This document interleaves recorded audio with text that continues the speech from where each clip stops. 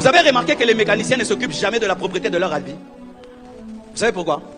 Parce que c'est déjà sale. C'est rempli de boue. Alors, il fait avec n'importe quoi parce que c'est sale. Mais, si on donne au mécanicien une robe blanche, il va faire ce qu'il veut. Si il a lavé sa tenue, il va faire ce qu'il veut. Satan veut que ta vie soit la vie d'un mécanicien. Que tu demeures tellement dans le péché que le péché devienne ta vie. Et ainsi tu te dis, si j'ai péché hier, je n'ai pas encore ajouté, non, parce que je suis déjà sale, que je fasse du péché ma vie. Mais quand Dieu te pousse à demander pardon, c'est pour te laver, pour que tu n'aimes plus le péché.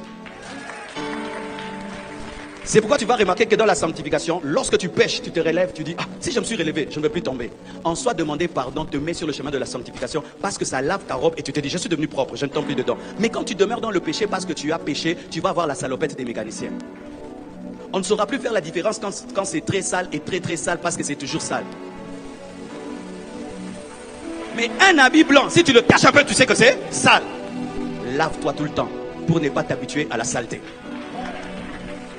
Le fou, il vit tout le temps dans la saleté. Est-ce qu'un jour tu as dit il est devenu très sale? Parce qu'il a toujours été sale. Mais si un jour un homme propre devient sale, tu le sauras, non?